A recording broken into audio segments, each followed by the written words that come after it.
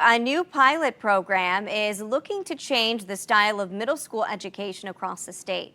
It's called the Empowerment Cooperative, and in working with the West Virginia Department of Education, the goal is to make middle school more career-focused and project-based.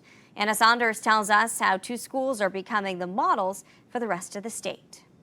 Middle school teachers from Midland Trail in Fayette County busy brainstorming for the upcoming school year.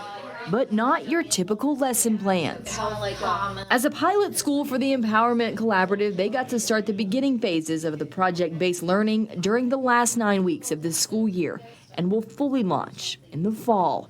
And science teacher Kennedy Moore has already noticed a difference. We had students, for example, that did not show up to school very often, and then all of a sudden we're like, hey, you're here every day, and they said, I love school now. The idea with the Empowerment Cooperative is for students to work on actual problems brought to them from the community and come up with projects and solutions using the typical school subjects. Calhoun County Middle School, who was training with Midland Trail at Marshall this week, is the other pilot school. To introduce the idea of exploring careers and what can I do with this? What can I do with the things I know and how I do them? How can that help me? How can it help my community?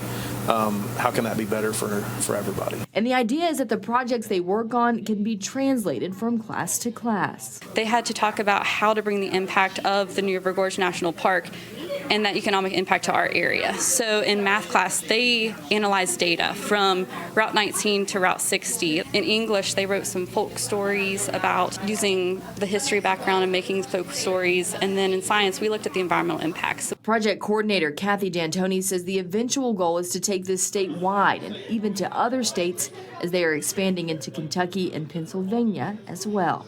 By the end of the third year, we will have a model in place with results, with outcomes that other schools can come in and see. The idea is that this will improve attendance, test scores, and discipline. And in turn, teachers like Moore says it's re-inspiring them as well. This really is the future of education for middle school students. In Huntington, Anna Saunders, Eyewitness News.